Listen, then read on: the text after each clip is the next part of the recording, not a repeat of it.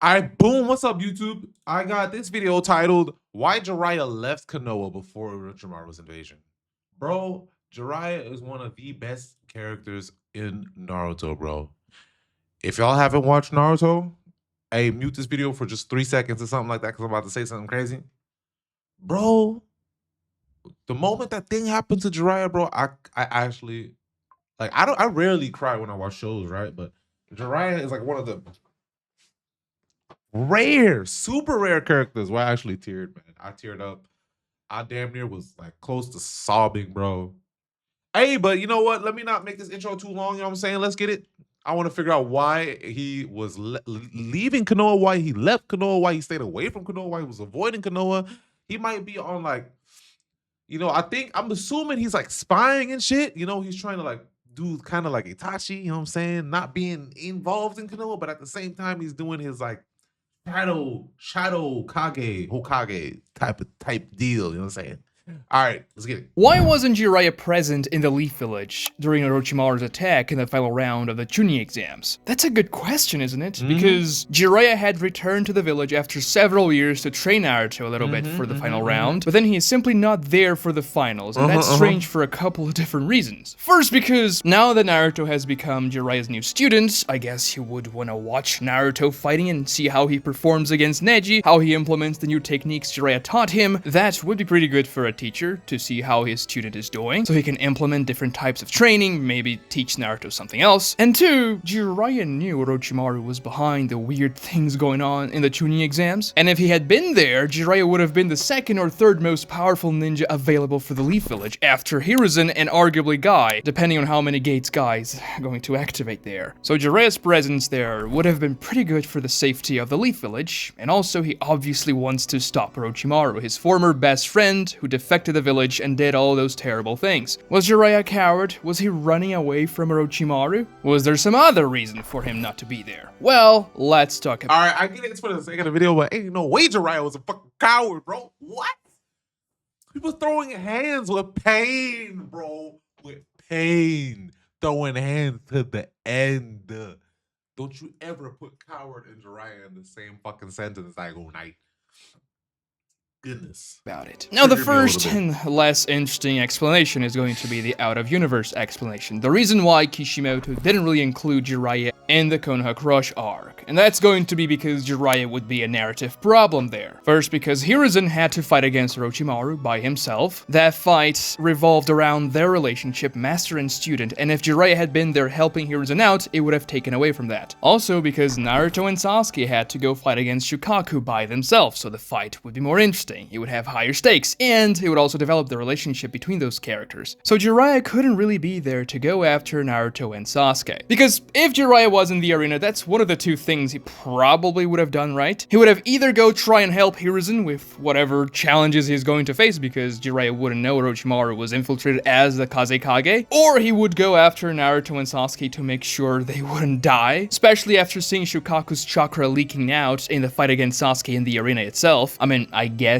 you could say Jiraiya could stay with Kakashi and Guy and say that, oh, he's just gonna fight against the fodder ninjas from the Sound and Sand villages, which is what keep Kakashi and Guy occupied for that arc, and that's fair. But because Jiraiya was a rank above them in terms of his strength, and also how the other characters perceived him, it's likely he would have served some other function. And there wasn't really anybody else that Jiraiya could fight in a 1v1 that would be much of a challenge for him. There was Kabuto and Baki that we knew of. He's far above those two characters. And if he went after Sasuke and Naruto, he would have beaten Gaara very easily, even if he transformed into Shukaku completely, because if Naruto beat Gaara using Gamabunta, Naruto, a 12-year-old genin who had summoned Gamabunta once before, Jiraiya has a lot of synergy with Gamabunta and is a son and a much more powerful ninja, would have easily taken care of the One Tail. And we know that Asuma, for example, went after the students there, the kids, and he saved Shikamaru. I don't know why Asuma didn't go and try to help Naruto and Sasuke, because he certainly knew what was going on, and if he didn't, Shikamaru would have definitely told him about it. But okay, I guess he just couldn't track them or anything. Obviously, this is also because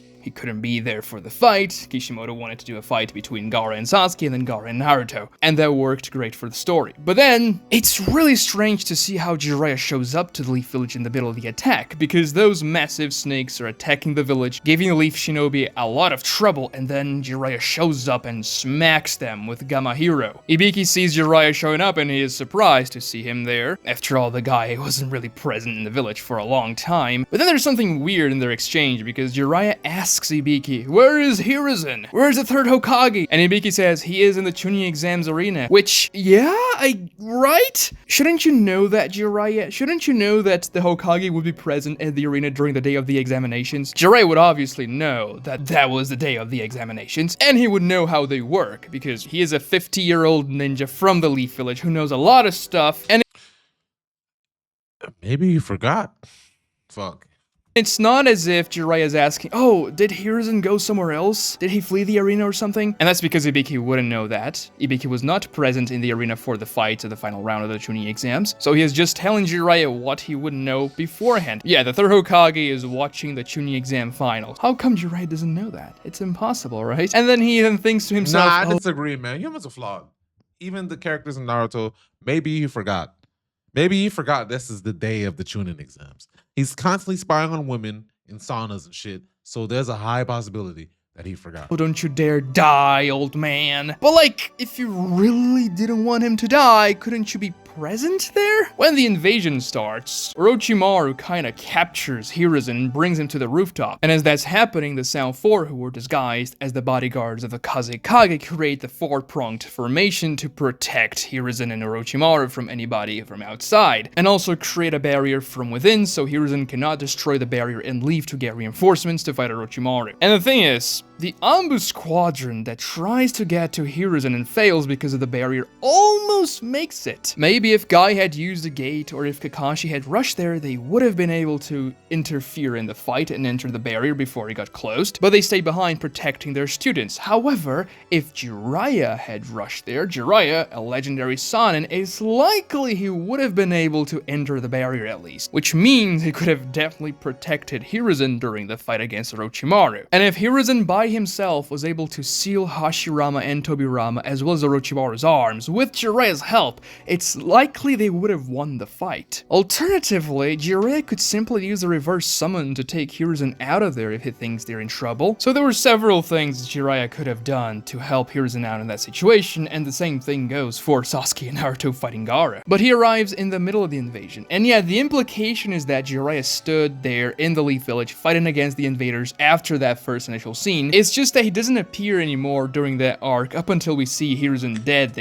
I didn't even know he was there in the first place. I forgot he even existed in the fucking invasion. There and that crowd of people around him, just like the other Jonins of the Leaf Village were fighting against the invading forces like Kakashi, Guy, and Kurenai, even Aoba and other people that we don't know the names of. And it's implied that Jiraiya was actually taking care of the massive snakes that were attacking the village using his massive toad, which is good, so it's not as if he didn't contribute whatsoever, but then again, if he was in the arena during the beginning of the attack, he could have been much more useful. So why the hell did he choose to leave the village? After returning, training Naruto for a little bit and just going away, you could say that, oh, he just didn't know Orochimaru was going to attack. He thought it was just going to be the Chunin exams like usual. But that's not true. When we see Jiraiya talking to Ebisu right after he comes back, Ebisu tells Jiraiya about Orochimaru, and Jiraiya acknowledges Ebisu there, pretty much telling him, oh, I already knew about this. And then Ebisu asks Jiraiya if he was there because of Orochimaru, and Jiraiya's like, nah, I'm just here for my research, you know, looking at girls in the waterfall and things like that. But obviously, that's not true, right? You could go anywhere in the world to do that research, Jiraiya. He didn't have to come back to the Leaf Village. And then he goes as far as training Naruto, making him master a little bit of the chakra of the Nine Tails. See him summoning Gamabunta for the first time. And then, after Naruto passes out from his training and Jiraiya acknowledging he's learned some stuff, he's just like, oh well, time for some more research. He doesn't even say, oh, I have to investigate a little bit more, I have to leave the village and see what Orochimaru's up to, or even the Sand Village or something like that. No, he just says to himself, I gotta go do a little bit more research. Which just makes absolutely no sense, right? Because we see... I don't know, but why not? Wasn't Tsunade gambling at that time? Fucking drinking alcohol and gambling and shit, committing debauchery 24/7? Wasn't that Tsunade's like shtick for the while during the invasion? What was Tsunade doing? So if Tsunade is able to do that, why isn't Jiraiya? You know what I mean? They're just irresponsible fucking signing. After the Chunin exams, when Itachi arrives in the village and fights against Kakashi, Kakashi remembers a flashback of him talking to Jiraiya. Now, we don't know if Kakashi was talking to Jiraiya before the finals of the Chunin exams or after the Chunin exams. Or he's spying on the Akatsuki. Maybe he's saying, you know what, the Akatsuki are doing some shit. You know, in the Sand Village are doing some shit in the Mist Village. The village hidden in the mist, you know? Let me go spy on the Akatsuki real quick. Let me see what they're up to. You know what I'm saying? Exams, it's much more likely that it was after the Chunin exams because Kakashi was pretty much missing during the training part of the Chunin exams because he was training Sasuke and everything. But even still, Jiraiya tells Kakashi about several things he's found out. The Akatsuki, the fact that Orochimaru was a member of the Akatsuki, their general objective of gathering powerful things around the Naruto universe, mainly Tail Beast. He doesn't mention Tail Beast because it's a retcon for later, but anyways. He also tells Kakashi that he's going to be taking over Naruto's training. And obviously, that's the reason why Jiraiya returns to the village in the first place, right? It wasn't because he wanted to do more research, it's because he knows about the Akatsuki, he knows they're going after the Nine-Tails, so he has to train Naruto so he becomes more powerful and can fight against these extremely powerful rogue ninjas. We also learned that Jiraiya was tracking Orochimaru pretty much the whole time ever since he left the village. That's how he knows about the Akatsuki, because Orochimaru joined the organization, and so he also knows that Orochimaru would plan to attack the village again. An attack Orochimaru was orchestrating during the Chunin exams, which is rather obvious, with him infiltrating the Forest of Death, putting the curse mark on Sasuke, and then there is Hayate's murder, which was a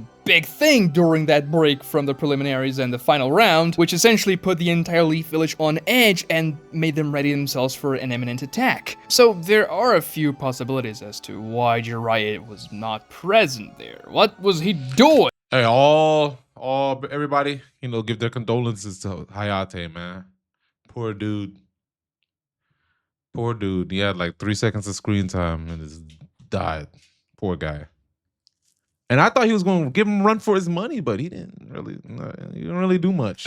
During that interval between him training Naruto and the Chunin exams finals. The first thing is that he could be investigating the Akatsuki, and that's how he gets more information about them, information he delivers to Kakashi in that flashback as Kakashi is fighting against Itachi. However, it feels like this is information Jiraiya got before he first arrived in the Leaf Village in the first place. Obviously, we don't know the timeline precisely because those times are never really specified, but it just doesn't look like the Jiraiya got that new information during that period before the final round of the exams. He could be also investigating Orochimaru and his forces, go after the location of the Sound Village, the esoteric location that is, because we don't even know how exactly the Sound Village was formulated. Or he could be investigating the Sand Village and trying to find out if they were aligned with Orochimaru or not. But that was not really done because Jiraiya shows up late to deliver any information that he would have found out anyway. He gets back in the middle of the invasion, so obviously if he got any information from the Sand Village or about the Sound Village and Orochimaru, it would be kinda useless at that point. At least when it comes to their plans of attacking the village itself. The second option was that Jiraiya was simply indulging too much on his vices, and that's a great character flaw that he has, and therefore he was late to arrive for the Chunin exams finals. Maybe I most definitely do not doubt this. I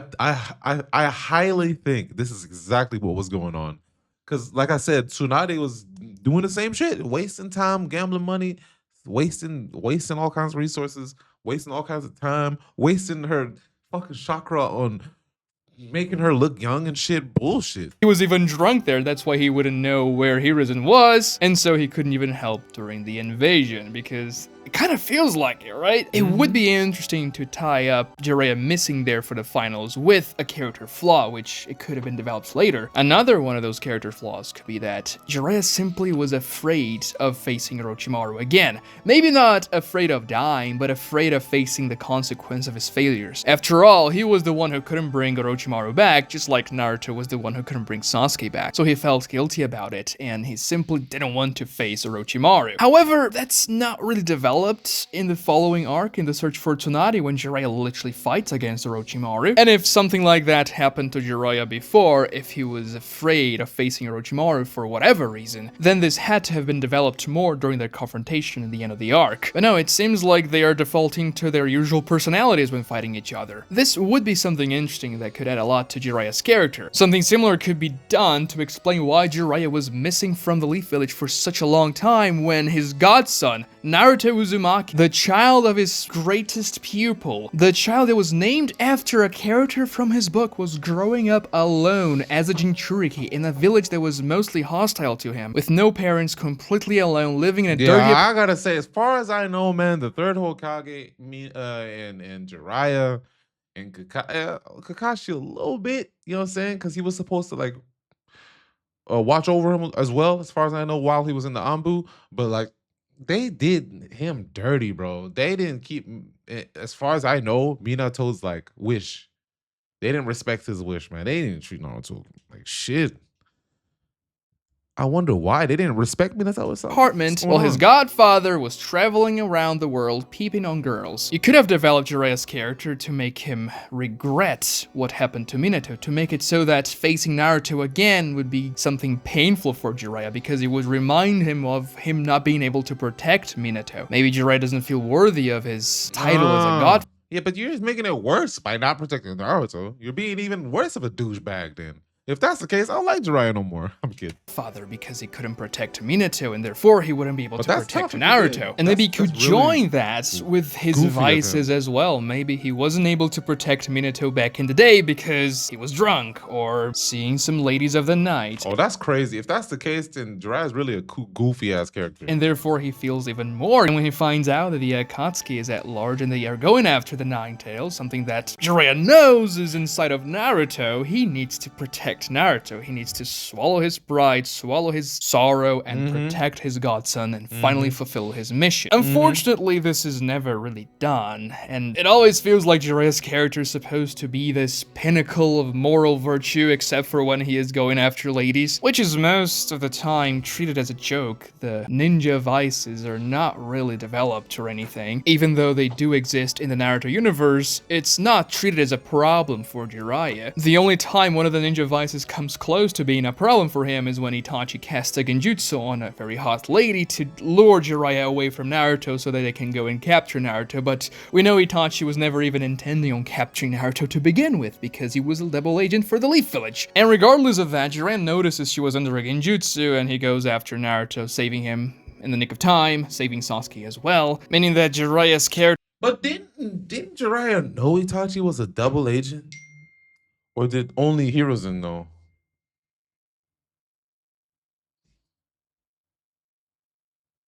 You know what I'm